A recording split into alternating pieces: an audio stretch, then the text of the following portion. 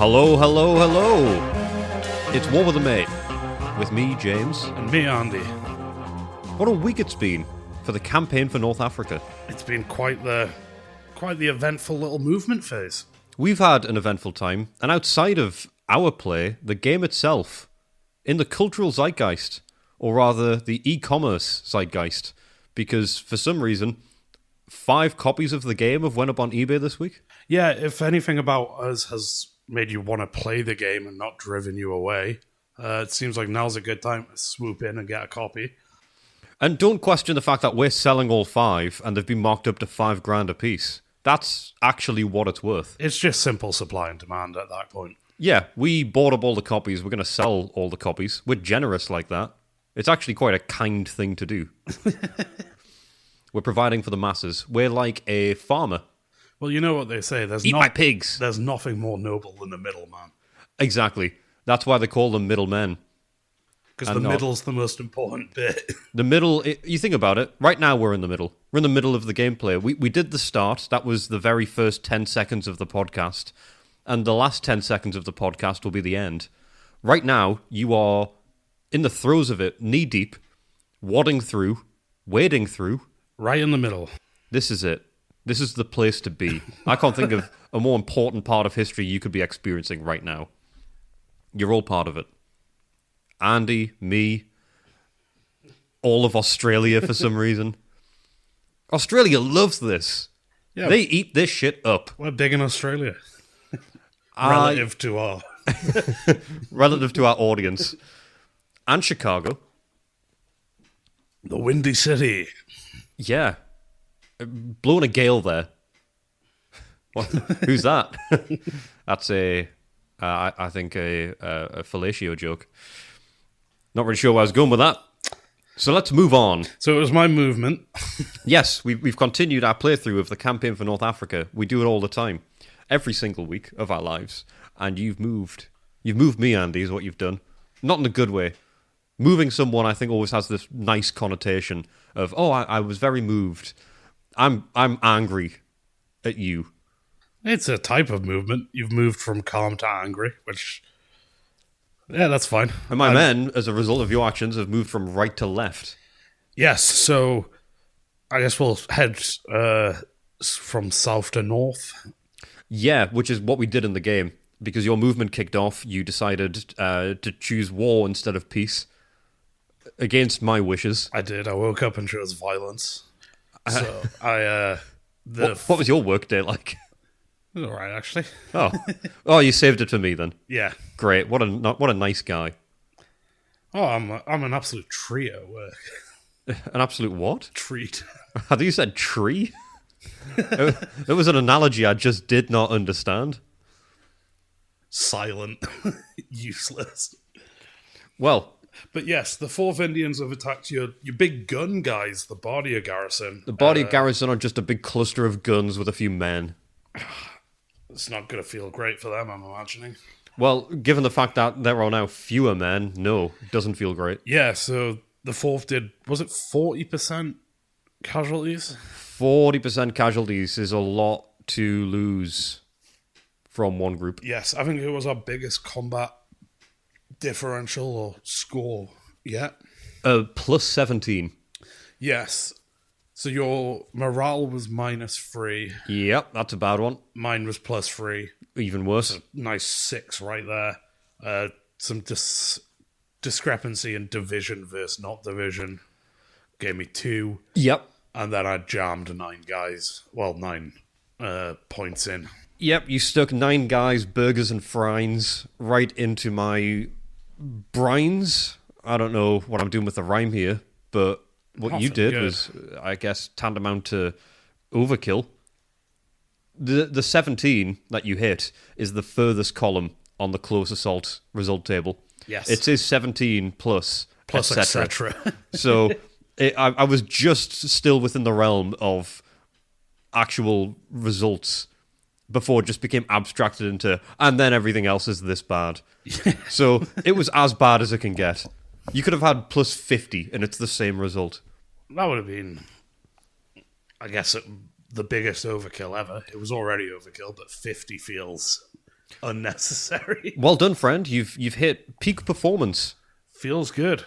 It shouldn't. It's what flow state feels like. If this is flow state, it wasn't very effective because what you did do is, yes, I guess you took off 40% and you moved them 1 hex. Yeah. That's not much. 40%'s good. Yeah, but now, even if you take 40% off again, that's only 40% of 60%. I guess. And so on and so forth. Yeah, it's the going half the distance arrow thing. Yeah, I'm going to live forever. Like that Oasis song. Wonderwall. We're so in It's sync. easy to see what's happening there, isn't it? There's no point in doing the podcast. We think the same. Yeah, we've mind-linked too far. We At need this point, someone else. We're going to start speaking in unison like the monster from that episode of Doctor Who, Midnight. That'd be cool. That's a scary episode. Yeah. As episodes of Doctor Who go, anyway. Yeah. You don't get many scary episodes of Doctor Who. I remember being really freaked out by the Are You My Mummy gas mask one. Maternal issues much? No, it was the gas mask going into the face. It wasn't them saying Are You My Mummy? It was the, like... Body horror. Seamless body horror. I guess that's fair. But it's all computer generated, you know. It's not real. Oh, that's fine then. There we go. If only I could go back in time and tell my younger self this isn't real. You've lived your whole life. This isn't a documentary. You've lived your whole life thinking Doctor Who is a documentary. That's what the Doctor stands for. Documentary. The making of documentary. I feel like I'm developing documentary at this rate. That was the result for the poor guys at Bardia. 40% loss and 1 hex retreat. Not at Bardia, they are the Bardia garrison. I haven't pushed you Yeah, that's an important right distinction. up to where, well, my primary goal. Yeah, they're south of the border. They are down past the escarpment.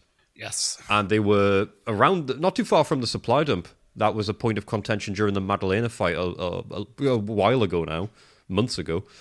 So they've been pushed back west by 1 hex, which was all right. The next fight that we had was a little further north, only a hex or two though. Yes, the 7th continued their barrage against the Maletti. These guys just won't quit. They've taken a lot of punishment, fair play to them. I had them on the ropes at one point. I think if I'd pushed hard enough, I could have really done some damage to the 7th. Oh, you could have, yeah. I could have picked those guys off, and now that they're doing bad stuff again, I feel bad stuff, of course, in this context, being fighting fascist Italian forces. The rotters. What a bunch of gits. Heroes in history, but for me, real thorn in my side. A real thorn in my para-Italian side. Para-Italian.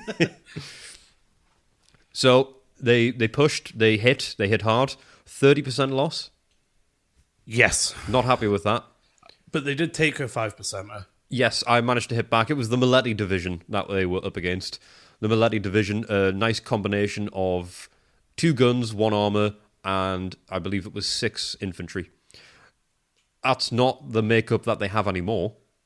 They have taken losses. I will let you know now, Andy. It's not a division that has armor anymore.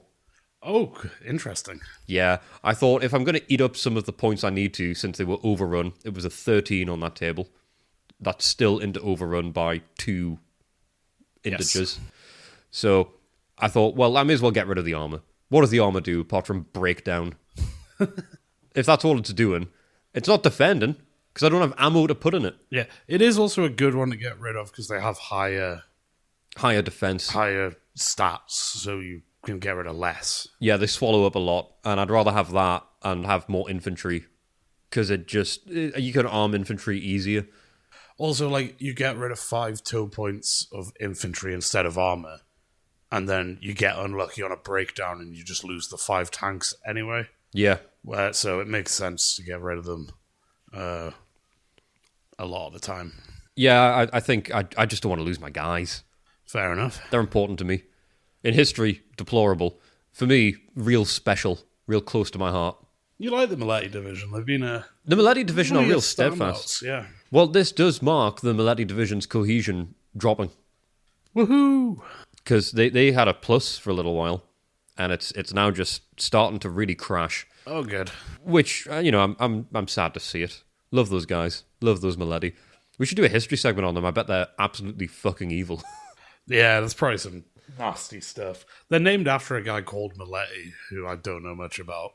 Well, that's that film where he's got the Mileti and he goes, Mileti.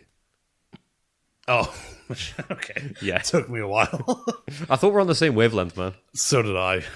But I was horribly proven wrong when you decided to attack my guys. I would never attack my guys. I just starve them through neglect. It's not a great look for you, is it? Well, it's as far in character as I'm willing to get. Okay, I guess it's good. That's only as far as you're willing to go. Got to draw a line in the sand somewhere. Yeah, you don't see many you see neo-Nazis, but you don't see many throwback like Italian like nowadays. Yeah, I guess that makes sense. Yeah, they didn't have don't want to say as good a run. No, they didn't. You're right with that. It wasn't as good a run. Yeah, good's the wrong word there, but Don't use the word good in this context. That seems sensible, actually. I'll avoid it from now on. And to keep with that phrase, we had another fight and it wasn't good for me. Yes, this was up on the coast. This was a detachment from the Trivoli Regiment, the tanks that I have. These guys got broken off a little while ago when you pinned part of them, and the rest of them ran off. And these guys have taken a leaf out of that book, and they too have ran off after being barraged from the seas. Yes, I didn't realise quite that this wasn't as full a threat, I guess you'd say. As full a threat, it was one group of tanks. Yeah, so they got bombed by 20 actual points, which is another etc. Funnily enough, the barrage 17 plus as well. 17 plus. 17 plus is I guess it's also kind of, I guess, the cutoff for Leo DiCaprio's dating. Not quite. Yeah, actually, I realised what I've implied just there. Accused him of. Leo DiCaprio, if you're listening, would love to have you on. You and I guess I'm not any celebrity about having him on. Yeah, the celebrity on the couch would. I think they'd get on. Maybe they've worked together. Probably. No, they have. Oh, okay. I know the film that they worked together in. I can't picture it. Yeah, it's not one of the best ones. But Leo DiCaprio aside, that 17 plus did some real damage. Well, it pinned the only thing there, which meant you just retreated. Yeah, I got pushed back because I couldn't do anything, which means I get to have a fun little free retreat of 3 hexes, which is not free because it costs cohesion, as if I lost 30% of my forces. Yeah, it costs 3 cohesion points and dignity. Yes. And giving up ground. However, with that being the last part of that combat, it does leave me in a position that I am a little bit comfortable in, which is having a rock in the road. Because that position that they've been forced to retreat to is not a very good one for you. You mentioned this after we finished playing, that because they're now in that spot, it would have made more sense to just loop around them. Yes, it does. They are now a blockage again. It would have swallowed up more CP. But for a much bigger result. And also, those guys aren't doing anything. If they got behind you, what are they going to do? Flank you. They're going to run at you and then surrender. Yeah, I guess it's sort of a good play putting just the one thing down, because it's like I have no idea what's in there. I guess, yeah, I didn't put it down so much as had it ripped apart by a previous pin that you pulled out. Oh, yes, they were... Yes, I remember now when they split off. You pinned them further along that road. That's when I met you on map D. That was City Barani? I think that was actually further east than City Barani. You know, when you were right on the cusp. For me trying to take City Barani for the win condition, I think it was around then. Yeah, I think that actually already broke off by then, you know. Maybe. I don't know. I'll listen back to every episode of the podcast and find out. Do they have trucks? These guys don't have trucks. They shouldn't have been able to move then. They're tanks. They need water and fuel. Do they? Vehicles need water and... That's not a rule mistake. That's a core. Yes, you need water and fuel to move. See, I've been taking that off with the others. Why have they not? Is it because no trucks are unlimited resources? No, that's because they've always had stuff around them to use apart from now. They had water where they'd been previously. Because they'd been in villages and burrs. So they'd moved from a place with water to a place without. So now they can't move. Now they can't move. Yes. They are stuck where they are. They really are rocking the road. They've just buried the tank. Turned it into a turret. Oh, Christ. I was so scared there. I thought I'd absolutely fucked their movement. But no, they have been in villages. Yes. Because they were at City Barani. And they've been in the airfield as well. Yeah, and they were in the... Were they in the airfield when I moved them? No, they were next to the airfield in... what do you call it? There's a village there. City Buck. Buck, yeah. Yeah, BUQ, I think it is. Yeah. So they've been around water. They had wells to draw from. They have fuel. They have fuel as well. Yeah, they'll just have fuel in that tank. Yeah, they've got the full capacity. Because they haven't moved that much. No, they've only moved when they've been scared. All right, cool. Cool. I was scared there and moved. Yeah. Moved in the bad way still. And scared in the bad way. Not like a nice thrill, like a roller coaster. Which I actually think is a bad thrill. Why would you do that? What a waste of your... What a bad day. Do you not like roller coasters? Why would I like roller coasters? Describe one thing that's good about roller coasters without getting esoteric. Honestly, I'm not a huge roller coaster fan. It just seems like you would be. Why? I don't know. That feels like an insult. And I really can't pinpoint what it is, but that makes me feel like I'm some sort of petty man. That's a lot of baggage you have with roller coasters that's leaking into this, I think. I think I've got a lot of baggage apart from roller coasters. Oh, okay. I think roller coasters have just become the lens through which we can view it. Interesting. It's not interesting at all. In that case, I'll stop because I was going to continue. That rock in the road is going to be perfect to try and keep you away from my big cluster of guys. But if you get past it, that's fine because that big cluster of guys are there to fuck you up. Yes. I'm very happy that you're starting to creep up towards them because your supplies will start to dwindle. Your CPA's got to be taking some hits at this point. I mean, yeah, they're sort of stopping where they are, most of them. Some of them have some CPA that might do some stuff, but yeah. And when we pick up the game next time, we've got 2 more fights because you've advanced your men once again for those first 2 fights for round 2. Yes, they've pursued their targets. Yes, the quarries have been made, and you are going for the Bardia garrison and the Maletti division once again. Indeed, I am. And those guys have taken some licks. So it's not going to be a fight I'll win. I know that definitively. But what I am interested to see is how long they can keep you where you are. Do I sacrifice the Maletti division and the Bardia garrison to keep you wedged in place? And just keep doing the 10% on the... Because you can't hold out forever. I don't understand where that thought comes from. Because if you continue to sit there, I can just start snaking my guys around. Oh, okay, I see. Yeah, I've got like 2 blackshirt divisions right next to those guys. So if I keep you there and you burn through your CPA, and then I just bring 2 divisions into the fight, that means you're coming in with dogshit CPA. Yeah. The 7th have only used 7 CPA at the minute, so they're good. Yeah, that'll dwindle more. Yeah. I mean, they're going to another fight. Yeah, that'll be on 12. And they barraged as well, didn't they? Some of them. Yeah, so that's going to be another hit for some of the guns. It's all 5. 5 for the... It's 5 if you barrage and 5 if you close assault. Yeah. Oh, so they weren't committed to the assault. The guns. Just the barrage. Yeah. Okay, cool. All right. I'll have to do some work then to actually try and whittle these guys down a bit. You've also used CPA. In getting barraged. And moving with the forced movement. Oh, those guys are fucked. Those guys have got bad CPA because they're getting burned through, but they aren't going to be the ones who retaliate. Okay, yeah. The Blackshirts have actual capability. They have munitions. They have men. The Maletti are just a sort of roadblock. They're sandbags made of men. I think it'll be an interesting Man at bags. this stage. Yeah, I mean, when this turn ends, which it'll probably be next time we play, Yeah, I guess. with a bit of truck maybe.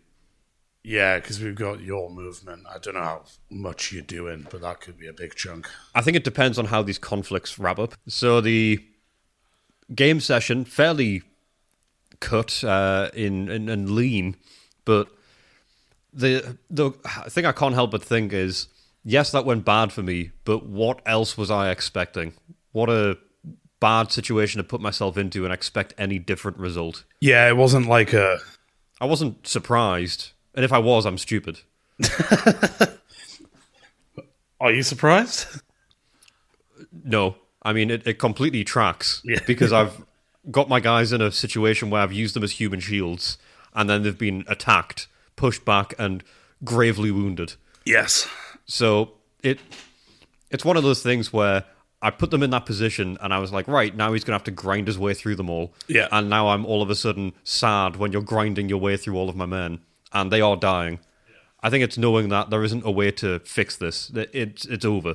Some of these guys are just going to be completely useless in a few turns. Well, not a few turns, a few op stages, a few real weeks. Yes. And I won't be able to use some of these guys anymore.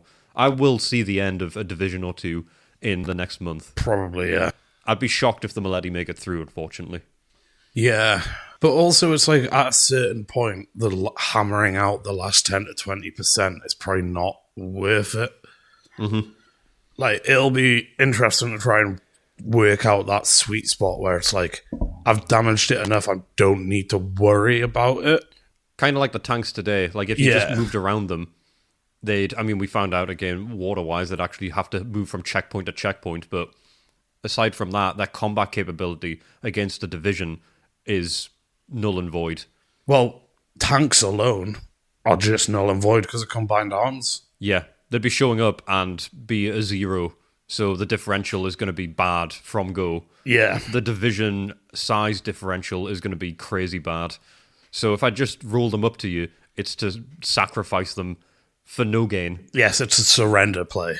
What I'd have to do with them, if I wanted to do anything, is zip them east along your road and have them surrender at Alexandria. They just let them through Mercer Matru. We know where he's going, lads. The Saharan detachment are on the boat, just holding the door down. Wait, there's one more. We've got some tanks for you as well. We are traders now. Yeah.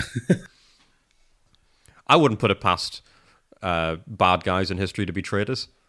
No, there's a lot of traitors throughout history. We know for a near certainty that Mussolini killed his own men. Yes. Balbo. Yeah. They say it was an accident. Speaking of... I do like that you're now a believer in such a niche conspiracy theory. Mussolini killed Balbo. It's fact. Or Balbo's plane just did that. Speaking of accident, I saved this little anecdote for you for the podcast. On my way here, I popped into the shop near yours, the bigger one near Subway, Yep. You know the one. And I went in and I watched a dog void its bowels in the middle of the aisle. They let it in. Was it a server's dog or just... No, just a dog. It didn't have it didn't have a jacket. It wasn't wearing clothes, so I presume it wasn't a service dog. Because dogs only get clothes if their owners are rich or they have a job. Yeah, and this owner was not rich. I'm going out on a limb here. Not dog clothes rich. Yeah, definitely not dog clothes the rich. area. and also I just think not conventionally rich. And it's one of the few occasions I've seen a dog in a supermarket, and surprisingly, it proved exactly why, because it was everywhere. It was the Easter egg aisle.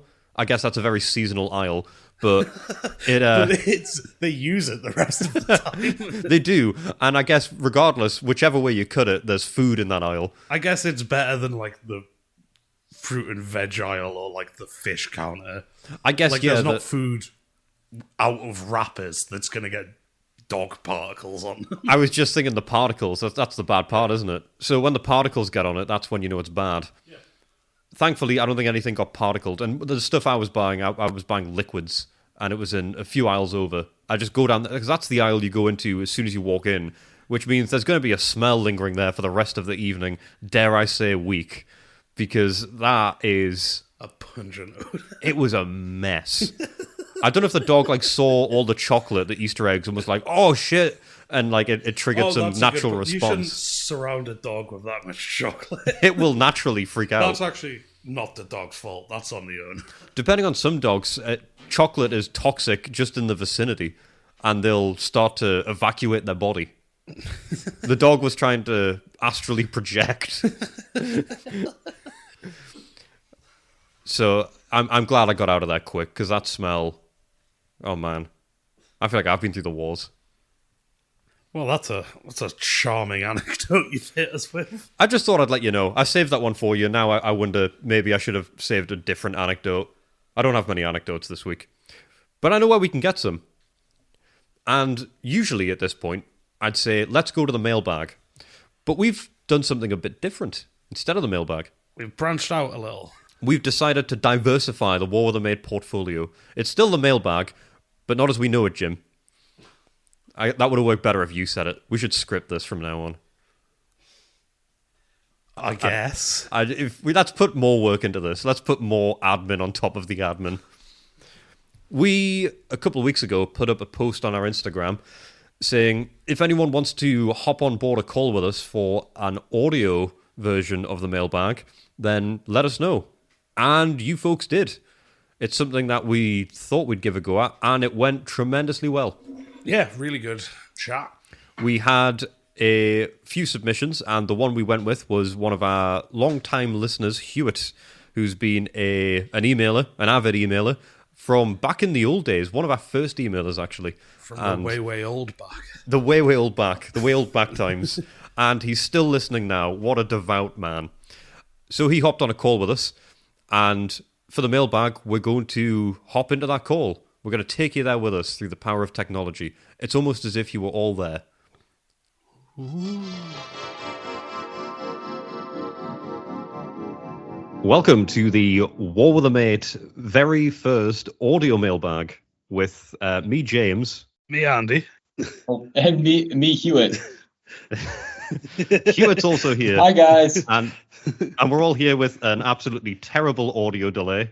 And we've spent a good 25 minutes trying to figure out how Teams works. I've shilled out for Teams Premium, and I'm going to get billed £85 annually because I don't know how to cancel subscriptions, or I neglect to. I'm not known for being organized.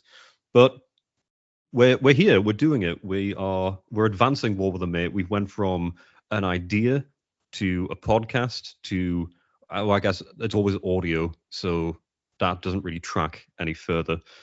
We're staying in the exact same format, but there is another person. Hewitt's here, and Hewitt has been a long-time emailer, fired off some grand questions in the past, and is here with, I believe, some more questions. Whether or not they're game-related is to be seen. So, Hewitt, you may take the stage. Well, thank you guys for having me on, and I'm so grateful to be a part of the podcast that's brought me so much joy over the last year of listening. So it's brought us nothing but torment. So I'm really glad that it's had a positive impact somewhere in the world. Yeah. Thanks for listening. No, brought me lots of laughs and good times. But I wrote up some questions kind of briefly before earlier this week about the game that I thought I would shoot over, and then I had some other stuff that I thought we could talk about too. But the first question I have for you guys, and it stems into a question about the game. Have you ever seen, or did you grow up watching Thomas the Train? Yes. So this feels like a scripted question. Yes, I was clinically obsessed with Thomas the Tank. It's something I can rattle them all off. James, he's vain but lots of fun. That's the tagline. I choose to adapt that in my daily life. You've got Gordon, Edward, Henry. Henry, of course, gets locked away in the tunnel because he doesn't want to ruin his paint job. Fat Controller doesn't like that. Percy gets uncovered from a garb of sorts, so like a tarp.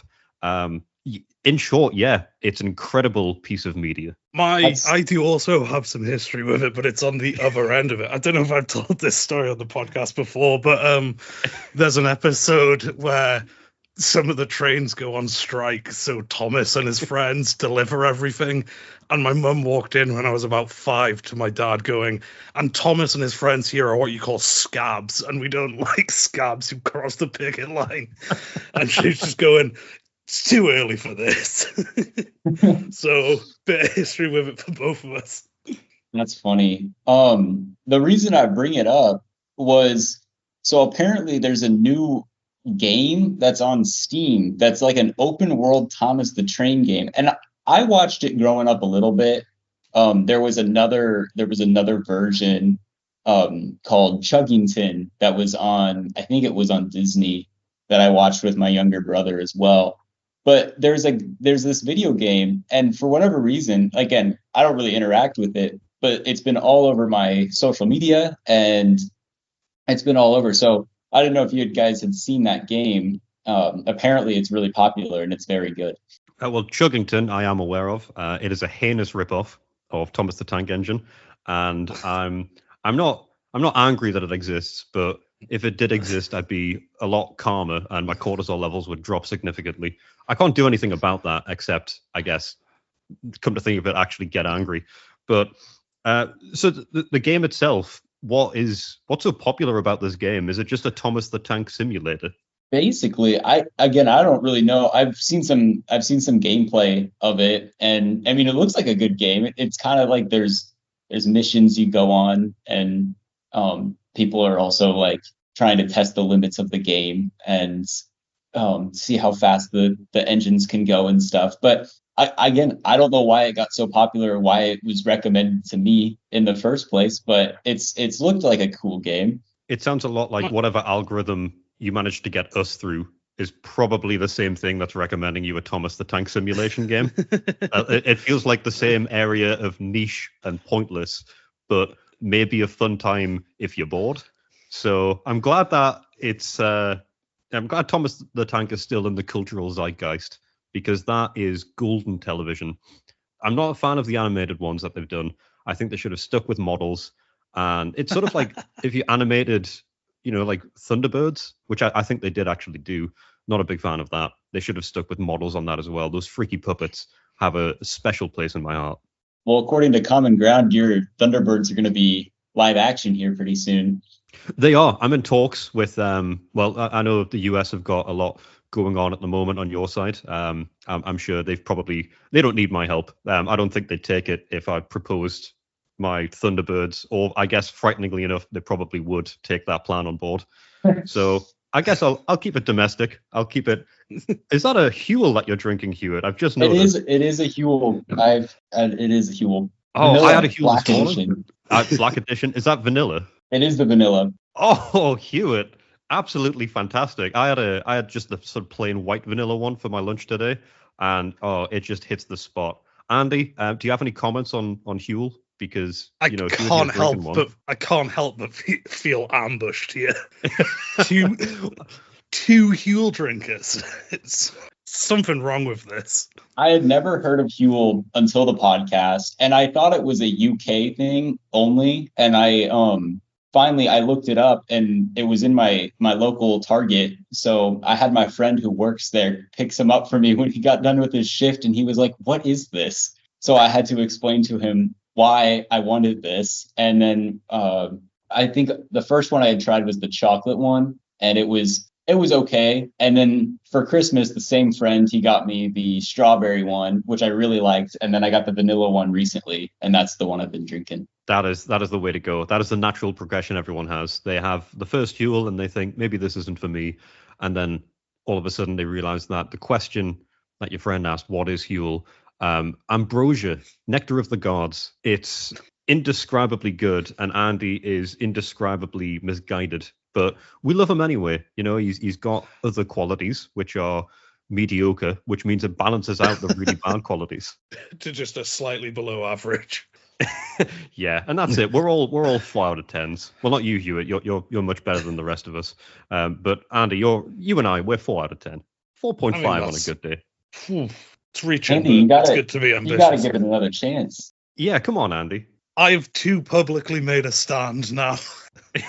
It's not too late. It's not too late. I also tried. This was actually on Sunday. I got the like the greens drink with it. It's like a little, comes in a can. I tried that, and it smells awful, but it tastes very good. So I've been drinking that as well.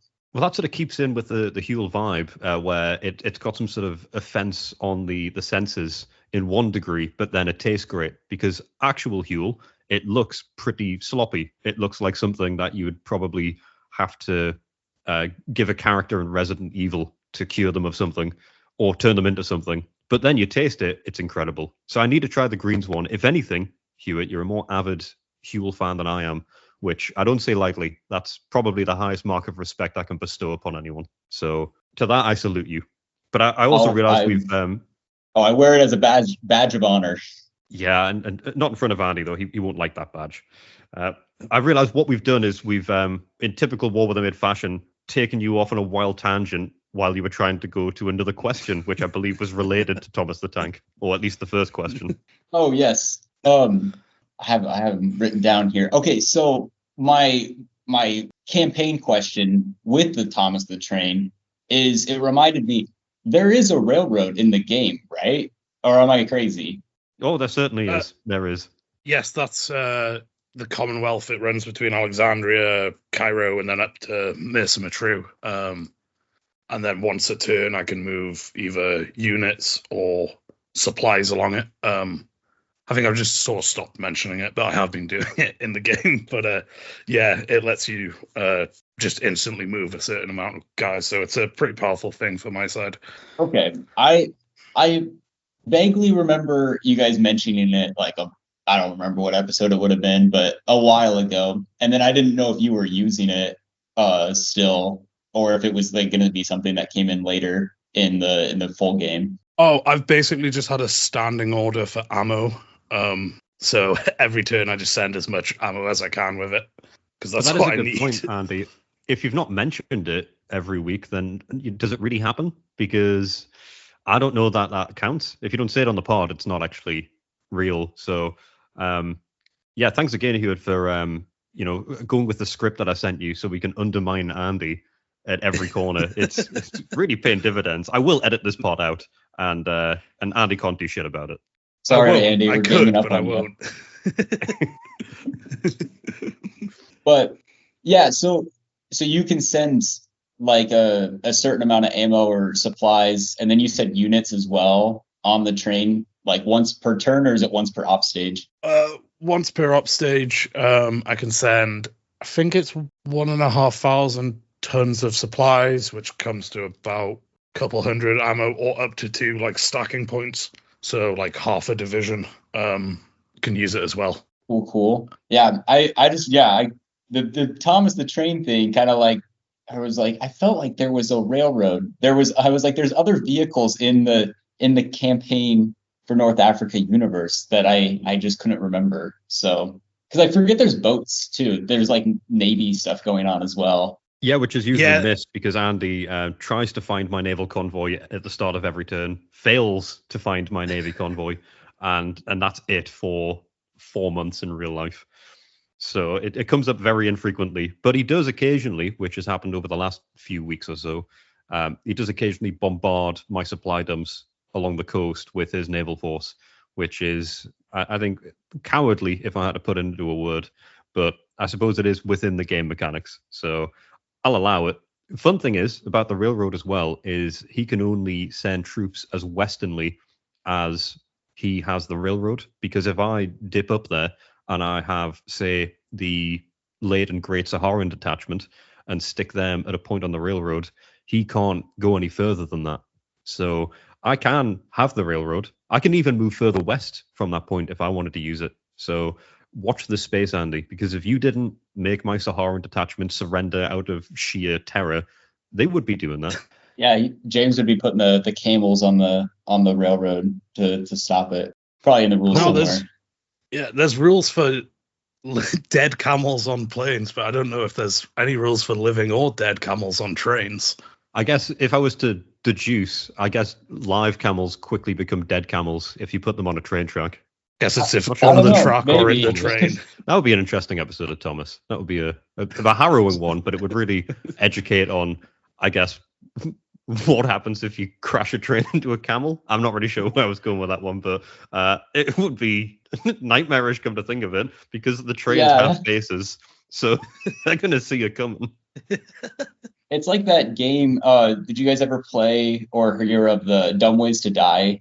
Like it was a little mobile game. Yes. It was, and the whole thing was really just like an ad to not play on the train tracks. Which is something I take very personally because as a kid who grew up loving Thomas, playing on the train tracks seemed like a really fun idea. I've learned now that it's probably inadvisable, but it would be a lot of fun to pretend to be Thomas or James, I guess in my case. Andy, you would be Toby, and that is an insult.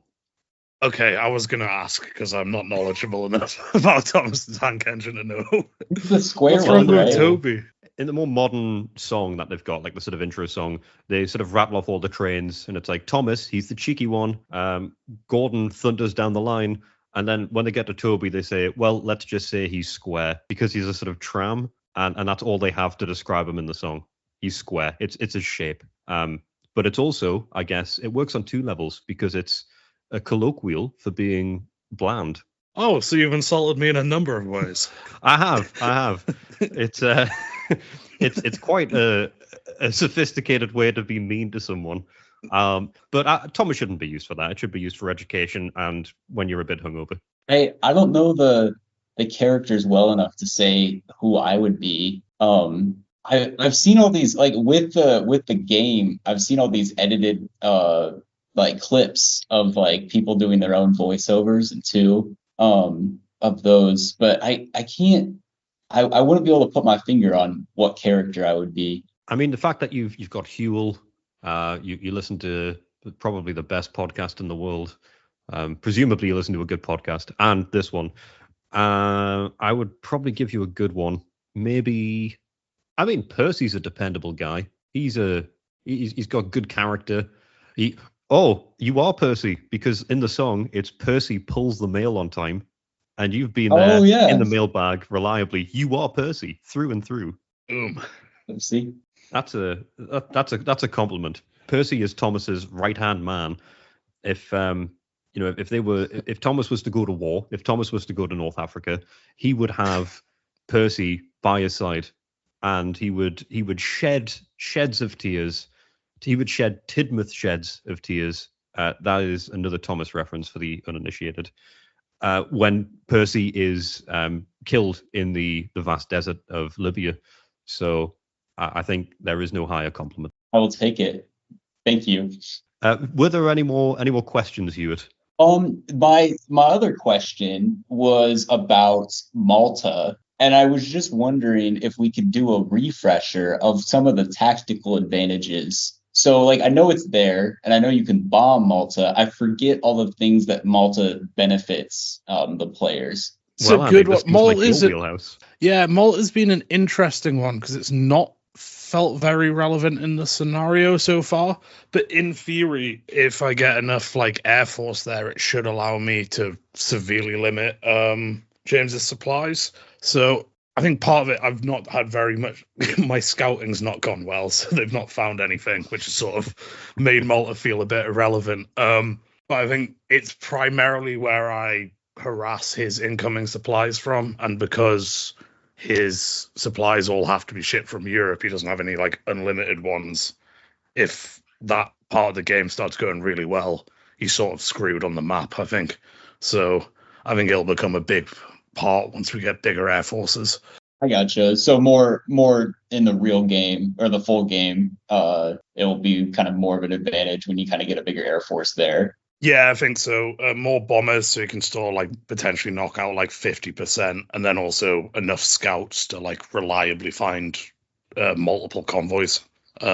So not much use yet. In fact, I've even sent some of the planes from Malta. Well, I'm planning to send them from Malta to the Africa main map for the last turn of the game, because they've not been much use in Malta. But yeah, in the game, well, it'll be interesting to find out if it is relevant or not. I guess that's part of why we're doing it. Everything in the rules point towards it being scary, but I've not seen that scary moment yet. That makes me worry that like a lot of other functions of the game, it'll get to turn 15, 20, and I'll realize that I don't understand the game we're playing anymore. I'm excited to see kind of how it progresses after like once we start the main game and then get past the turn 6 and then kind of into uncharted territory, how some of these units that haven't been introduced yet and some of these rules really start to play out and kind of affect the landscape of the game.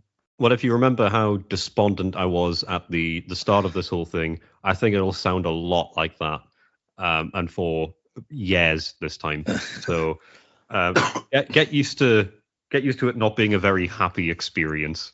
And there's some special stuff in there, like you can do a one-off raid on my navy that could potentially destroy it. I'm sure that'll be rage-inducing when it happens. You always bring this up, and it's such a cop-out, because it's like, well, you get to do that one thing over the next 40 years, which might be fun, or it could be a complete waste of time, and it's gone, at which point I've got nothing to look forward to, which seems like a psychological trick to get me to not use it, so I've always got something to look forward to. I don't know what kind of mind games you're playing here, Andy, but I feel very insecure right now. Yeah, you hold on to that like a minion you can fall out. Like, you want that at the end of the game. Use it for the final boss. Turn 111, get rid of my navy. I feel like that part needs to be live streamed in some capacity, because I feel like that will make or break most of the game and will be very, very hyped for us listeners. That's a good idea, actually. I think that should be one that we have some sort of live reaction to, because I'm going to be ecstatic if that goes well. I'll be insufferable. And if it goes bad, we won't get any more episodes. So we may as well live stream that one. Yeah, it's even the end. But I'm also excited for when you guys start the main game, because it will bring back one of my favorite taglines from the podcast of the first 15 that we actually started playing the game. I was re-listening to some of the old episodes, and every time you guys mentioned that you were starting to play the game, it makes me just smile. Yeah, we'll be able to drop that one back in for a good few months, because that will be a shock. Do you happen to remember how far out we are from actually starting the game when we say we've started playing the game? Is it like 10 episodes? I re-listened to a couple this week before the call, and I remember episode 4, you guys had mentioned that you were started playing the game, and that all that entailed was that you got the game out of the box. And then I believe episode 7, which is actually one of my favorite, I have that written down as one of my favorite episodes. That's the Michael McIntyre one. Oh god. That you started bookkeeping, and that's just the whole game, that it's all bookkeeping. And that you were I think episode 8, that was the one where James was very tired, and I think all you guys did was put the pieces in the little baggies and punch out the pieces. Oh yes, I remember that. That wasn't long after New Year. That was a horrible time in my life. Yeah, well, the Michael McIntyre episode we did on New Year's, because that's why it's such a mess. Yeah, we'd had a little bit to drink, I believe, and we became quite merry. And I'm pretty sure I was singing at the start of the episode. I think that's right. I wrote, you started playing the game. I had wrote some quotes down from it. You had mentioned the blindfolded turns. Hopefully that makes an appearance later in the full campaign. Oh, no. I'm sure that will go very well. And then, since Michael McIntyre did not come on the podcast, I believe you guys deemed him the worst comedian of 2025. That's a. Oh wow, we really alienated Hollywood from. Actually, he's not Hollywood. That's fine to say. I did come round to him. I remember coming round to him partway through the episode. He's a steadfast comedian, is what Michael McIntyre is. I actually had not. I think I'd heard of him, but I didn't really know who he was until that episode. And then, funny enough, it was like months later after I listened to that episode. It was I was watching. I'm a Formula One fan, and I was watching the like pre-race where they're like walking by like all the cars and they're interviewing celebrities, and he was there and they interviewed him, and I was like, oh my gosh, there he is. What's he not doing on the podcast?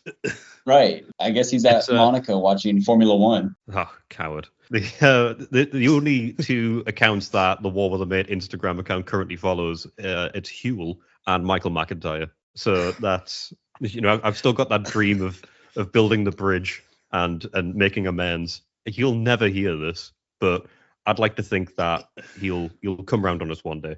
I think he should come on the show when you guys do the Navy the Navy thing, to see if he wipes out the Navy, and he can be the one that rolls the dice.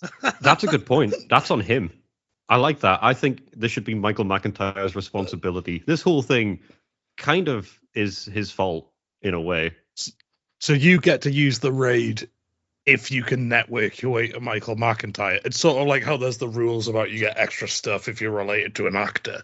If you can get Michael McIntyre, you get to do the raid. You know what? How about if I can get Michael McIntyre, I get a second raid? I think that's fair. You know what? I'll give you it. I'll give you that. If you can get Michael he has to roll the dice for us. He can't just do like a cameo. He has to show up, but if he does, you can have another raid. You want Michael McIntyre to come to your house? I've got to make it slightly difficult for you. It's slightly, because otherwise it would be a done thing. Well, Hewitt, do you have any final question? I was gonna say, my one other, I thought we'd revisit the kettle common ground. I feel like that would be only fitting to end this out. Oh, okay. It should be fun to kick Andy off the call in a second. So again, one of my favorite episodes, I wrote down my two, was the Michael McIntyre one, and then actually the episode 62 was the other kind of luck, which was the mailbag. It had like a really good mailbag segment, and that was, I think, after the kettle common ground, where people were chiming in and frankly being quite mean to Andy over his idea, and then also James's story with his coworker about the Garfield about him winning the scenario. That was a great episode. It reminded me a lot of the older episodes in some of its charm. But I was gonna say, with the kettle common grounds, I have my parents have this thing. It's like a kettle, and you can just keep the water in it and flip it on. And I feel like you could put it anywhere in your house, and it boils the water, and you can just keep it in there. My brother uses it all the time to make tea. So I feel like you could put that anywhere in your house. Andy, this is the Billy tap I was talking about. That's exactly what that is. I have discovered since that common ground there are a wide range of products that solve the problem I had without having just a kettle in every room. Yeah, of all my common grounds as well, that is the one I least expected to have like a visceral reaction from people. I really didn't think it was that bad of an idea. It seemed pretty tame compared to some of the other ones. I feel like the common ground that made me the most upset was the one with Cam, and when you guys were talking poorly on roundabouts. I am a big proponent of big roundabout. So. I see. We've got Hewitt's villain arc coming up as well. Justifying the roundabout. They're so much easier than like stoplights. I feel like we just installed one at my university, and people all the time like talk about how bad the roundabout is, and I'm like, it's so much better than just darting across traffic. Yeah, see, I think because neither of you just going, yeah, neither of us drive. So when Cam was talking, we were like, well, yep, that makes sense. And now yours, it's like, yep, roundabouts are good because we really can't have an opinion on that. As if we have any basis to talk about it. Well, are you a driver, Hewitt? I am, yes. Yeah, I guess there we go. We're immediately outranked. Yeah. I have my car, and then I actually ride a motorcycle as well. And I did almost get hit on my motorcycle in the roundabout because someone didn't stop. So maybe there's some caveats to it, but I think as a society, I feel like we should move more towards roundabouts. Well, I'm not sure where in the US Cam is based, but that could well have been Cam. There is a good chance he tried to take you out. But if you're on a motorbike, bearing in mind you can be airdropped, I believe, in the campaign for North Africa. Any motorized units that are on motorbikes, I'm pretty sure can be airdropped. So that's a little perk of your vehicle of choice. It sounds great. It was kind of like the last episode where you guys were talking about assigning listeners to units.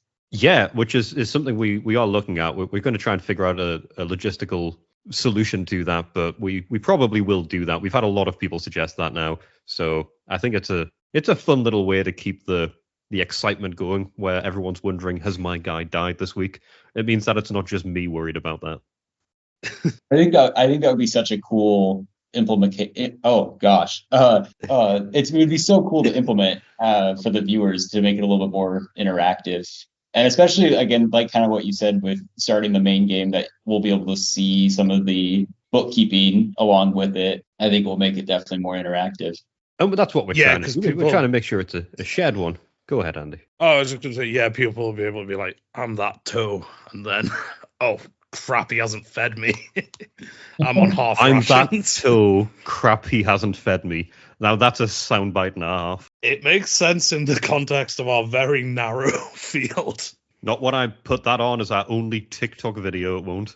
That's going to go big. That's going to be massive. That's what she said. So I guess on that note, we'll wrap that up. But it's been a pleasure having you on, Hewitt. Thank you for the questions before today, and thank you for the questions today, and coming along and spilling your lore on Cam trying to kill you and your, I guess, reinvigoration of Thomas the Tank in my spirit, because I'm going to go and find that game tonight. That's my evening sorted. Well, thank you guys again for having me on. So this has been awesome. I can't wait to follow it along for the next 40 years. We can't wait to get this over and done with. But thank you very much for Which is listening. also a way of saying you can't wait to be 70. Oh, it'll be great. I'm telling you. Life begins at 70 is what they say. It's what I say. Well, you got to lay that emotional groundwork. Thank you, by the way, for getting in touch, Hewitt. Of course. Thank you, guys. Yeah, thanks for listening.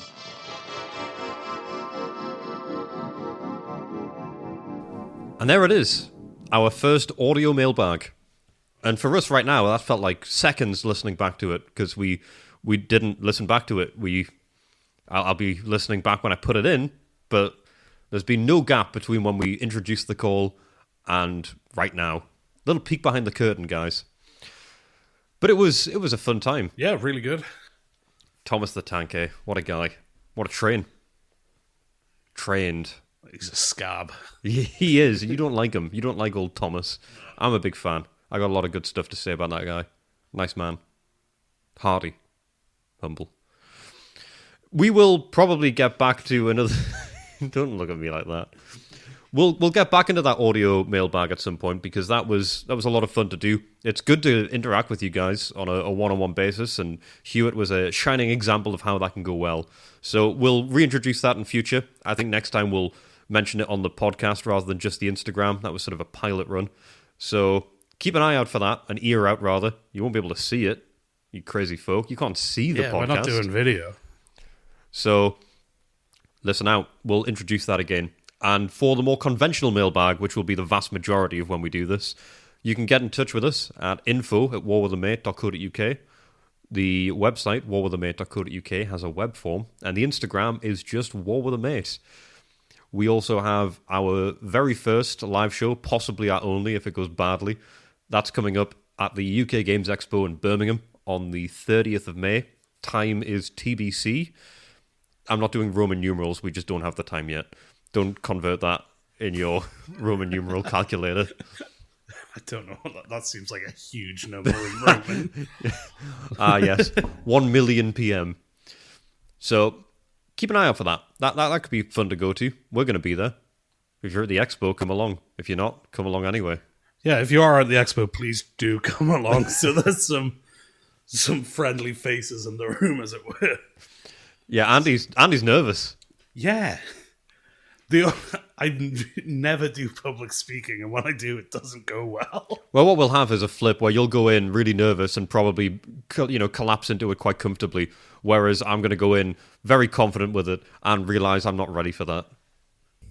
That'll be fun. So if you want to watch a breakdown of one or two and various flavors, UK Games Expo. The internal war with a mate.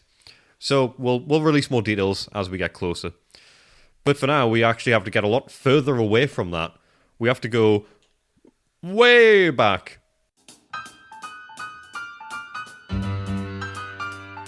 The men of the long-range desert patrols were quite a sight on their return to Cairo from a month's trip to the contrast between the east and west of the Nile is very marked. In the east, the country... At this point, I gave little thought to my future, but had always been interested in boats in the sea. I am more or less in a position of a captain in command of a ship, which is on the point of sinking because errors are present. We are absolutely not qualified to share views on history.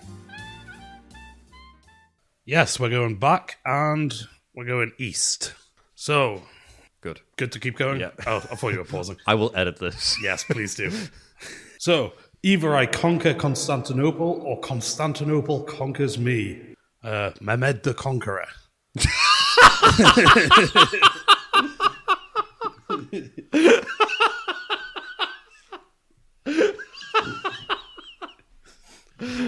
Oh, spoilers. Oh, hey, you know what? If you get a job you love, you'll never work a day in your life. That guy loved conquering. Does exactly what he says on the packet. Yeah. So we left off with Italy, headed up by Victor Emmanuel III, laying the diplomatic groundwork to expand his kingdom across the Mediterranean. What a guy. Yeah. So we're going to do a whistle-stop tour of the Ottomans who are waiting for them. Now I'm excited for this, because the Ottoman Empire, something I'm interested in. Something Very I've interesting. never understood it properly. No, weird, fairly unique from what I can tell. So, yeah. Starts in... Well, doesn't start as an empire, obviously, but what will become the Ottoman Empire begins in 1299 in Anatolia, started by a man called Osman the First, who founds the House of Osman, or westernized to the Ottoman. So, despite founding one of the largest, longest-lasting empires in history, very little's known about him. There's no contemporary sources related to him. The earliest writings come about 100 years after his death, so there's a lot of myth-making in there. It's hard to get the details on such an important guy, which I find quite interesting. So when he's coming up, the Byzantine Empire... I thought you were saying bees there. Yeah, which should be a fun twist. The Byzantine Empire is weakening, which controlled the area before, and also to the east, the Rum Sultanate is also in decline, so there's a lot of weakened powers around. So he conquers territory through military might and alliances. He attracts warriors by offering them land and loot, which allows them to capture territory. Succulent deal. Yeah, it's the classic empire deal. Fight for us, we'll give you stuff. That's what I do for work. Yeah. So in approximately 1323/4, he dies and his son Orhan takes the throne. The Ottomans continue to grow their lands and power from here, start taking towns and cities. In 1326, they conquer the extremely wealthy Byzantine city of Bursa, which will be their capital for a while. Which, of course, becomes Bursa Matru. Yes, it's in Libya, not Anatolia. After this, you get an extended civil war for about 100 years, until Mehmed the Restorer calms things down. So at this point, they're a regional power, And then along comes his grandson, Mehmed II, who elevates them from a regional power to one of the great powers. He does this by conquering Constantinople, which has served as the capital of the Eastern Roman Empire for 1,000 years, and thrown off a lot of sieges over its time. But the Ottomans are one of the first guys to sort of figure out, hey, we're going to use gunpowder for war a lot. So they pound the city's impregnable walls for a month, pregnating them, I guess. I hate every part of what you've just said. What a fucking weird way to describe that. Was that off the top of your head? Yeah, that I didn't script that bit. What a horrible freestyle you've unleashed. So they capture the city, which announces them as a superpower, sends shockwaves throughout Europe, and they immediately make it pretty much immediately make it their capital. From there, they're on the rise from here. So let's have a look at some of their features. First off, I found this interesting. The only noble inherited position in the entire empire is the Sultan. Okay. So there's no noble houses there's no hereditary nobility outside the Sultan. Okay, so you're at the top and you inherit that, or you're not anything Or it's else. a sort of meritocracy almost. So does that include anyone below? So there's no kind of in a monarchy, you've got your sort of princes and princesses. You will have princes, but you won't have dukes and counts. And you won't No have spin-offs. aristocracy. Yeah. Which was a very intentional thing because it stops anyone making a power base against you. Yeah, that checks out. Which along those lines, let's talk about the princes here. So at that, because just a general thing for this, the Ottoman Empire lasts 600 time. years and goes for a lot. So this is sort of general stuff at best, because it will change. But at various times, it's either the oldest son, or it's kind of like a survival of the fittest, almost Hunger Games type thing, where all the princes are currying favor and assassinating each other until one comes out on top. Like the film Stardust with Charlie Cox. And Michelle Pfeiffer. Robert De Niro? Yes. That's a good film. I do remember it being good. It's incredibly good. Take That did the song for it. Rule the World? Wow. What a hit. Is that the one where there's if you go over a wall, there's no magic? Yeah, well, if you go over the wall, there's no magic because you're just here. Oh, okay, yeah. And then you go over the wall, there is magic. Yes. And he tries to catch a star, which is actually a woman. Yes, I all remember. Claire How Danes? was any of this princes killing each other for the throne? There's a bunch of princes who try to kill each other for the throne. Oh, then yes, it's a one-for-one translation. It's just like that. I think it's actually based on the Ottoman Empire, but that's only based on this conversation. Okay. So then, once the Sultan dies and the new Sultan rises, kill all my brothers or imprison them for life. Again, it's this stability thing, no one getting a power base against you. Pretty cutthroat, Which is probably why it lasts so long as well, but yeah, very ruthless. Maybe, why didn't anyone else learn from this? Because this seems a pretty cut and dry tactic. I think it's hard because if you've got existing nobility, they'll be against, the British aristocracy would have had a civil war if they tried to introduce it. You sort of have to do it from day one, I think. Yeah, and you don't often get to start a new empire. No, it's not. It's not a common activity. It's not a podcast. You can't just do it with very low budget and two people. You can't just pop in and form an empire because you don't have anything to do on Tuesdays. Ottoman Empire, by the way, why has nobody opened up a sofa shop with that name? They must have. That must exist. We'll fact check that afterwards, because if not, I'm going to go straight onto Squarespace, and I'm starting it up. It's £1 million domain. I'm buying it up. Don't anyone snipe that. You better not snipe that. Yeah. So under the Sultan, you have something called the Devshirim system. This is where they'd forcibly recruit Christian boys, mainly Greeks, Serbians, and Albanians, but basically any within their empire. Dev mentioned. Between the ages of sort of 8 and 18. This blood tax would happen every 4 to 7 years. And from there, these children would be taken to Istanbul and be converted to Islam. From there, they're further tested and then sent to various branches. So they might get sent to the military or the priesthood or bureaucrats. Some of them will get castrated and become eunuchs for the Sultan's harem or personal house staff. So it's like quite an interesting system. These guys end up taking a lot of like very high level military and administrative positions throughout the empire. Middlemen. Yeah, in a way. So they're technically slaves owned by the Sultan, Okay. but they receive a salary and a pension and like are treated quite well. Slaves with a pension is a hard one to wrestle Yeah, with. because they are forcibly taken, but they are And also castrated. Some of them are castrated. Yeah, they're converted. They spend time living among Turkish families after they convert, learning like language and stuff. These are the Janissaries. I don't know if you've. I don't think I've heard of that. Yeah, they're called the Janissaries.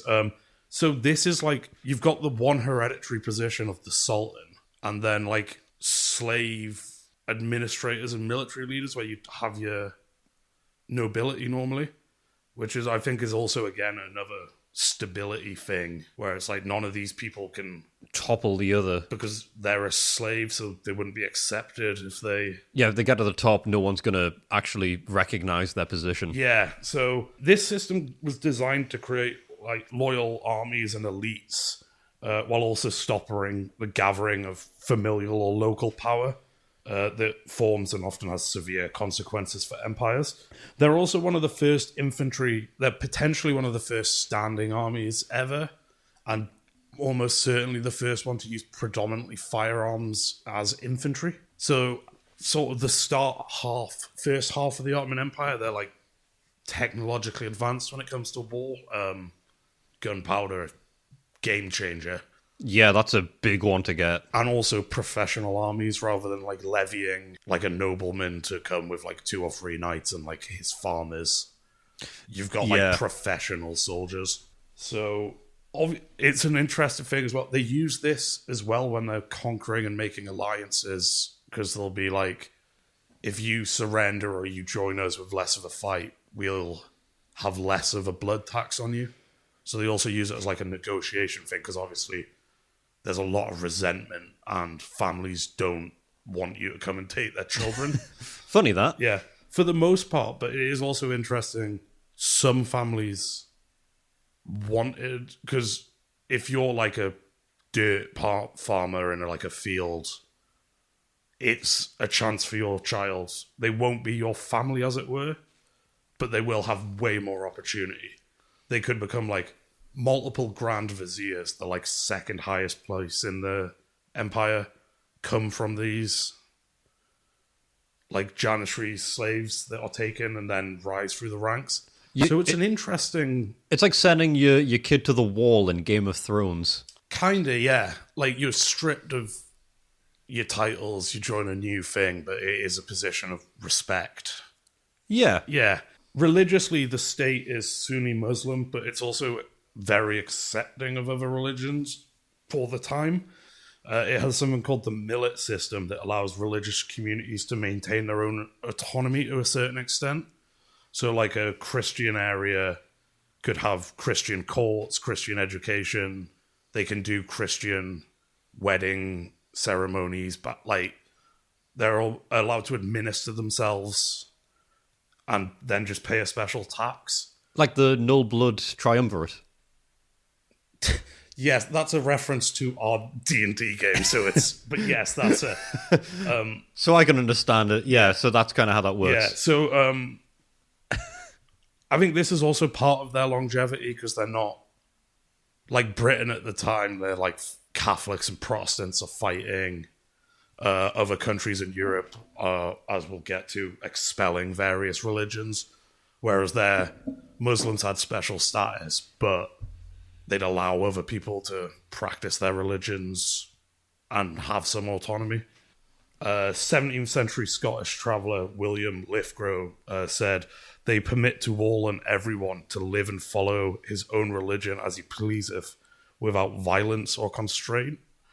Another example of this attitude is when King Fernando expels the Jews from Spain in 1492. And at the time, Bazid II is the ruler of the Ottomans, and he says, You venture to call Ferdinand a wise ruler, he who has impoverished his own country and enriched mine. And they actually sent the Ottoman navy to like collect the Jews and give them safe passage to the Ottoman Empire and lands. Because he's like, you're kicking all these guys out, a lot of them with very useful skills. We're going to like gobble them up.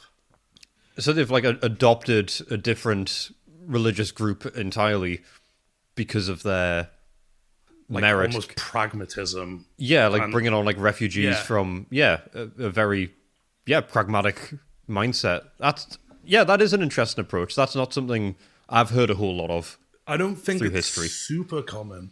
I think the Mongols had a similar attitude where they were basically like, you can pray to whatever god you want, but you also have to kind of like pray for me to your god. They had a sort of where like it's like stacking the deck, where like some of you, if any of you are right, you can worship whoever you want, but you sort of have to pray to your god for my good favor as well. Kind of like Elvis.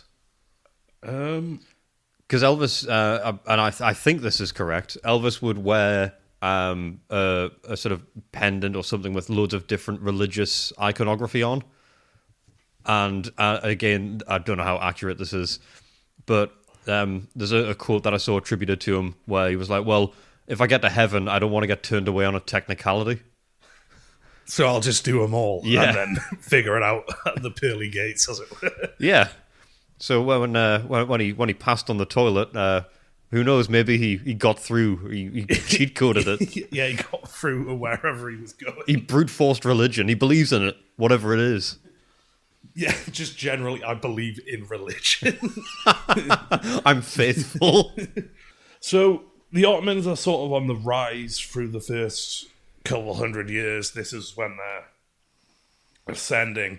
And they arrive in sort of our area of the world in 1551. At the time, Libya doesn't have a strong central authority, and the coast was home to the Barbary pirates. Again, another example of Spain's fuck-up, because these guys will be a big problem for Spain over time. When they expelled the Jews, they also expelled a lot of Muslims, many of whom ended up traveling south and becoming pirates, and then raiding Spain and most of Europe. They would raid, like, as far as Iceland. They were regularly raiding Ireland, which I didn't realize they were taking. For several hundred years, they were taking slaves from Ireland, some from England. Yeah. What did they think was going to happen when they cast them out?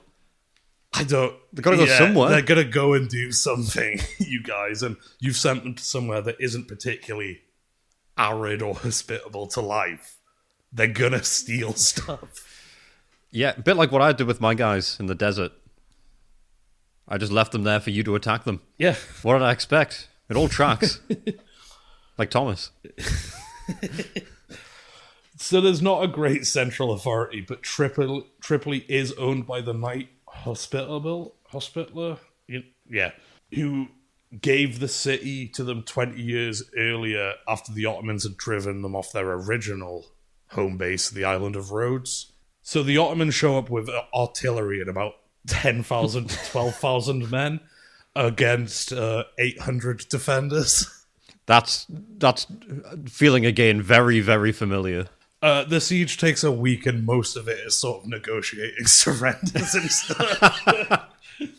Is it still a siege if it's just negotiating surrender? I guess they sort of couldn't leave was the siege bit, and then eventually 100 defenders do leave, the others don't. So from here, the region around Tripoli that'll become Libya is loosely governed from Constantinople, but the local janissaries hold a large amount of power and have little oversight from the empire. The janissaries collect taxes, and most of the revenue from the region comes from the Barbary pirates, and we'll loop back to them next time when we pick up the second half of the empire and some pirate wars. Oh, we're doing a pirate session. Yeah. Oh, I love pirates. Because I didn't realize this. These guys fought 2 wars against the US. Oh. That's contemporary. Yeah. Oh, man. Pirate one. Yeah. I'm excited for pirate history. Yeah. And I think I'll come back to the Ottomans because they're so interesting and, like, different from European empires I've, like, read or know about.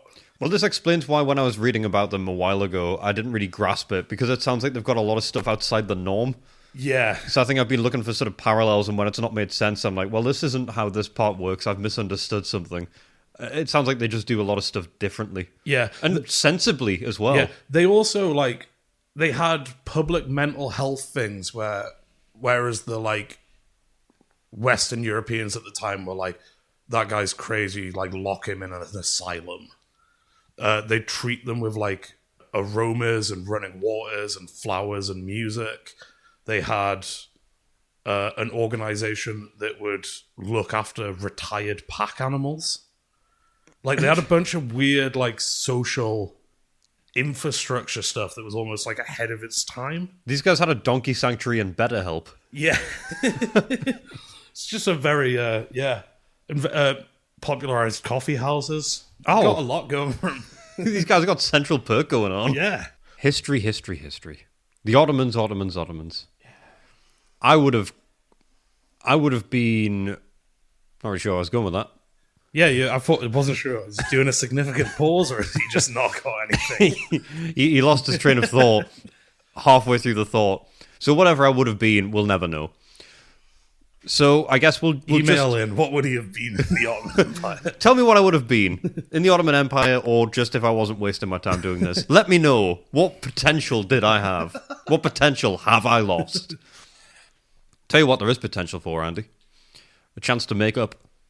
There is. Common ground. Chance to become friends and cuddle up on that sofa, kick the celebrity off. He can sit somewhere else. He can sleep on the floor. He's snoozing all day. Who the fuck does that? Too much. That's wild. Just sitting in my living room cutting Z's. Cutting Z's. That's incredible. I will be using that an insufferable amount. And now for something nicer. A little oasis in the war. It's time for some common ground. I'm trying the intro for common ground. I'm recording it. Maybe. Yeah.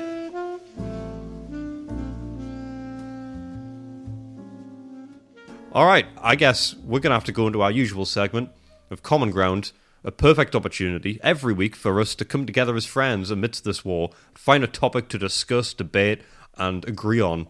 And since last week, I did a first ever rebuttal Common Ground. That actually puts the ball back in your court, Andy. Yeah.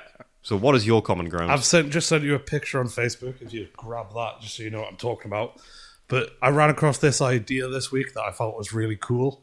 They're called, it's half a house. Right, okay, yeah, I'm seeing this. So just to explain to the listeners, they're sort of built in such a way that they're like intended to be expanded. So it'll be like the frame of the house, but only half of it in there. Yeah, I see it. Yeah. There's a big gap between these houses. So yeah, it is half a house. It's very well described. I'll put the picture up on the Instagram this week. I just thought this was a cool idea because you could get a house, as it were. Yeah. Like get on the property ladder.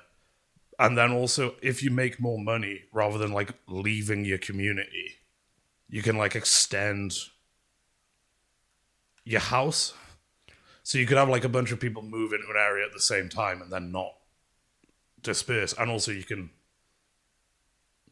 one of them they've put a balcony in, one of them they're like a garage. You can like sort of design the house as you want it. Okay, and you think this is a good idea? Yeah. Cool. We're not going to agree on this one from the immediate. Okay. We're going to have to wrestle with this one, Andy. Who owns the house when you buy it? You. Well, no, when you go to buy it, who are you purchasing this from? A property developer? So they get to sit on land, a place where someone can live, and what happens to the blank half that isn't being used? that can be developed into. Well, it's that it could be your garage. You could just have some outdoor space. Like, so do you own all of that area, all of that land? Yeah. So why is there a gap? So you have to buy it and then you have to develop it further. you can, yeah. So this seems like a great opportunity for a housing developer to build the titular half a house, give you some extra land and go, tell you what, you do the rest of our job. Those lazy bastards.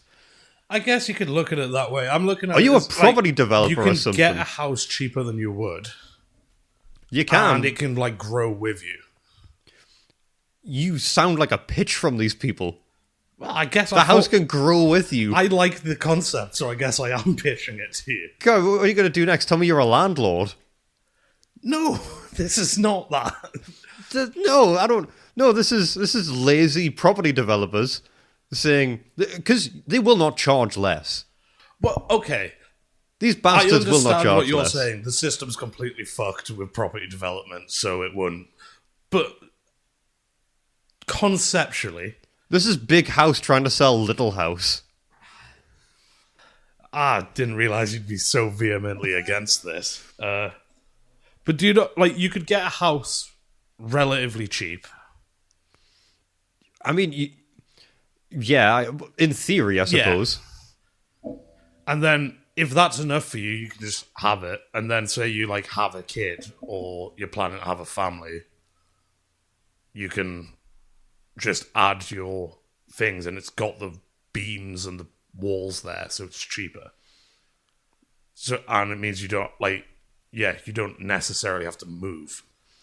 You don't have to move, but these property devs, Dev mentioned, these property devs that are so predatory, and they're definitely willing to charge you out the eyeballs still for a house that's half built, and then go, well, you could do this will be great. You can expand into this. It's a little DIY project. It'll bring the family together. You want to have kids? Well, this area that we failed to develop, you can do so. And it also means for that period of time where you haven't developed it, they could have built twice the amount of houses, double, and that means that the housing crisis is exacerbated massively because now they're buying up the same portion of land, selling it for probably a comparable amount, and half of the people are being homed. Oh, yeah, I guess. Okay. But also the housing crisis has nothing to do with how many homes there are. In a way, it is. No, it's entirely affordability and like artificial scarcity. But this is artificial scarcity by definition, because they're giving you half a house. Okay. That is scarcity. They're halving the amount of house that you get. Okay. And then they go, well, you can build into this. And if it's affordability that's the issue, then they're never going to build the second customizing. half. Customizing. You don't even mean this anymore. No, I do. I really didn't think you'd be so vehemently against this. I hate property developers, I think. I think that's what I've found. Fair. But they've ruined full houses, so what they could do, here's a bit of a counterpoint then. Why don't they build twice the amount of houses that are just smaller homes slightly, and they just sell those at a lower price? That fixes the affordability thing. No, it doesn't. It means the house is half the cost. Houses aren't expensive because, like, they just finished one. Everyone, like, there's a waiting list to buy a house. That's not why they're expensive. But if you're saying that they're going to charge less because of the size of the house... Yeah, because it's like they only... Yeah, that's half the construction cost, pretty much. Yeah, so if they're building only half a house every time, and that's just the full house, and instead of having this open space on the side, they just build a second house, then that means everyone's getting a house for half the price. So now there's cheaper housing available. You've got, yes, a smaller home. Everyone lives in little, like, rat dens. But if you like these houses in the first place, then you're fine with that. Well, no, it's you're buying like a 2-bedroom and then you've got the option to make it a 4-bedroom. Or everyone can start to afford that 2-bed. And then if you want to get a bigger house, you move out of the zone of mini houses and you go into a bigger house, which is already fully built, and these bastards don't get to build half a house and skimp on costs. Okay, if we took property developers out of this, because you've got just anything I mentioned to do with housing you wouldn't like, because you don't like property developers. They're evil. Okay. Not disagreeing. Okay, but fuck's sake. So we abstract the property developer side of things. Yeah. So you can have a community that lasts a long time, because that's also a problem. Is that when people in like lower income communities do well, they leave. Okay. This side of things, this gives them a reason to like stay. Yeah, you live in the area for the foreseeable, and it can accommodate you expanding or doing well. Well, then, because common ground, we get abstract with it. Let's get weird with this. So, how about all the houses are built fully? Okay. However, when you're moving out, there is the option for your next door neighbor to buy your house when you leave, and then they can just knock it through and then take that. No, they'll just do what they did with council houses and become landlords. No, they're not allowed to. If you're buying the house next door, you have to knock the walls through. Then you'll just sell it to... Okay. You can't sell these houses to landlords. Okay. You have to live in them. Are we just inventing public housing? You can't. No, you have to own it. Okay. And you have to knock the wall down. The moment you buy next door, you have to knock the wall down. It's a contractual requirement. Okay. And if you don't do that, then there's a really bad consequence. Okay. They demote you down to quarter house. Oh, okay. Where they take away your upstairs. Yeah. They seal it off and they give it to a deserving family. Because you're clearly not welcome here. Jesus. You're not welcome upstairs anymore. And they put stairs on the back of the house so that the nice family can go upstairs. And they're going to be really noisy. Okay. They only move in noisy families. But they're welcome there. Because they're nice people. They just have really hard shoes. And the floors are going to be thinned down to be really thin. You're just making this worse. This is what you deserve if you're not following the rules. Okay, that feels... Of the house. Okay. Would you not be able to buy a house and then just... Are you trying to sell me a fucking house? Yeah, I just really liked this idea and then didn't think you'd be so against it. I think what you want to do is just build your own home. You just want to build your own home. I guess, maybe. Then do maybe that. I just want to go on Grand Designs. Tell you what, find a plot of land and build your own home. I want to. I can't afford to do that. Don't let a property developer trick you into thinking that they've given you an opportunity. Look at this area that we failed to build in. This is for you. This is going to be fun. In 15 years' time, you get to build on this land. This land that you'll have to have inspected again because the elements will weather the earth. And then you'll have to build foundations. Just the problem with homes. Yeah, but right now, you've got... you take a full house, not the program. You've already got everything there. The structure's there. The foundations. It's all kind of already in place. But with this, who knows what's going to happen to soil? Anything can happen to soil. I will say this is a worse idea in Britain.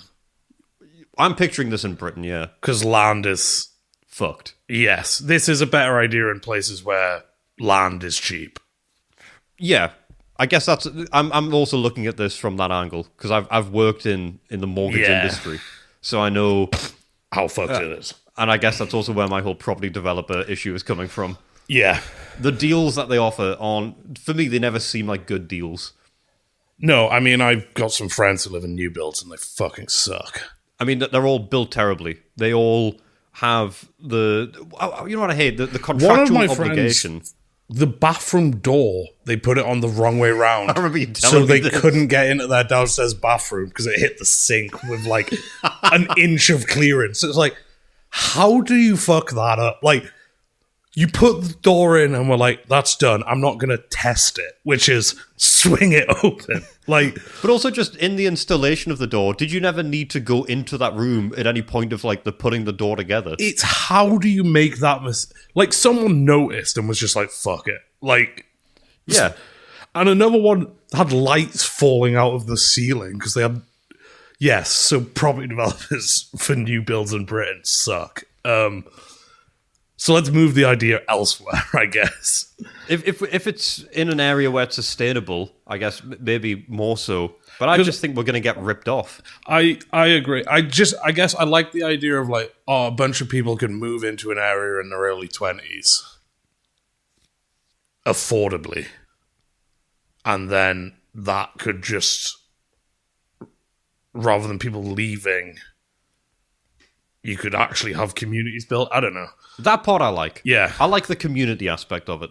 And I like that people, because I think you get problems in areas where it's like not a good area. So anyone who's like successful or gets their shit together leaves. Yeah. So then you don't. Everyone's it becomes rushing a to sort get of, out. The people left. There's not people around to look up and stuff. Look up like. Yeah, I get that. People wanting to leave the area as soon as they can because this is the only home they could afford. And the reputation becomes a self-fulfilling prophecy because anyone with money then leaves because they don't want to be there anymore. Yeah. And it never gets investment. It never gets developed. Local amenities fail. Yeah. I guess it becomes part of a much bigger problem. So I think if we can find a way to have the... I still think these half homes are a good idea. But next door, it's another half home. Yeah. These are these starter homes, and over time, maybe we give faith that the area will develop and that half the people will move out elsewhere, half of them will stay, and they'll take over next door when those people leave. Yeah, you could do it. Yeah. Have the people in, House A are going to be staying long term. Yeah. And the people in House B, it's a mortgage with a fixed rate, and after 5 or 10 years, the fixed rate expires and it shoots up quite a bit.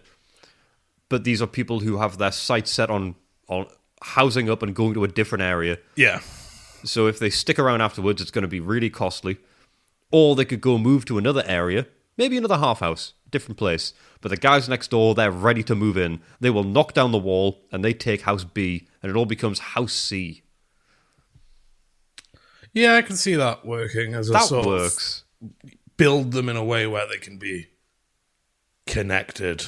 That's how we do this. Yeah. That's how we make this a good community. You get your lasting community, we get the affordable housing, and the developers have to build the fucking house. Here's another way.